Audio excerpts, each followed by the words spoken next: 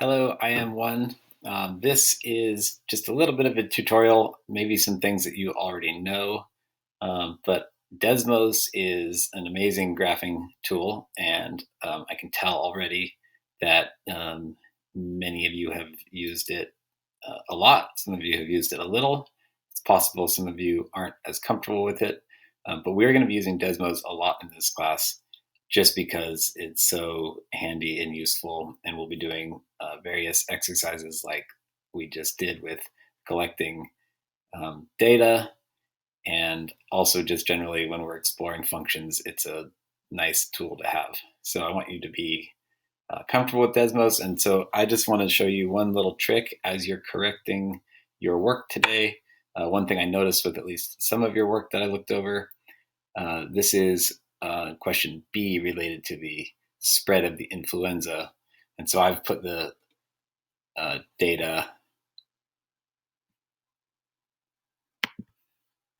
over here, and we have our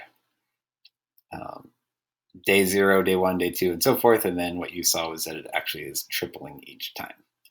And so then as you put it in Desmos, obviously the graph comes over here. And I think what some of you discovered was it, because it's growing so quickly, the scale's weird, so it quickly goes off. And so you tried to figure out how you could make all the points fit on there. And so one way to do that is to zoom out. So as you zoom out, we got to get up to 4,374.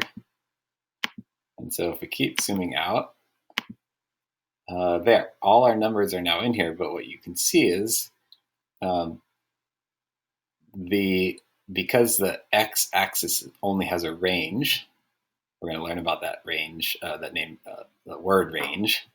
It only has a range of 0 to 7, and I'm sorry, I guess we would technically call that the domain because those are the x values. So that it has a domain of 0 to 7, but the range of y values is so much bigger.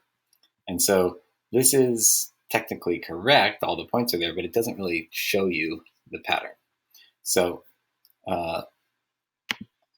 I'm going to show you a little trick here. Now with your Chromebook, you can do a pinch and zoom, but what I like to do, I'm just going to move this over here, is go into the little wrench here. So let me highlight this again. So we're going to go up to the wrench, click on that, and what this does is it lets you manually set the scale for our x-axis and our y-axis. Now our y-axis we can do next, but the x-axis is, we only need it to really go from up to about 10 at the highest. So maybe we want to go from -5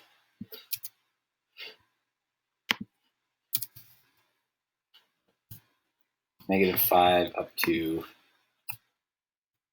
I'm deleting all this, up to 10. Okay, and you can already see that the points are much more spread out now. So here we have a scale that is very stretched out on the x-axis, and then the y-axis, it retains the range that it needs to contain all those numbers. And you're going to learn this later, but I've just put a best fit curve in there, and you can see that this now looks like a much prettier curve, whereas if we let's zoom back out like we were before, this curve, well, you can't really see that very well, but anyway, the curve doesn't look as good if we went back to going up to some bigger number. All of a sudden you can't really see that pattern. It just looks like a straight up and down line. So make sure that you are adjusting your settings when you have a graph so that it logically fits in the area that you want it to, so that you can see everything that you need to see. Okay, I hope this is helpful. Let me know if you have any questions.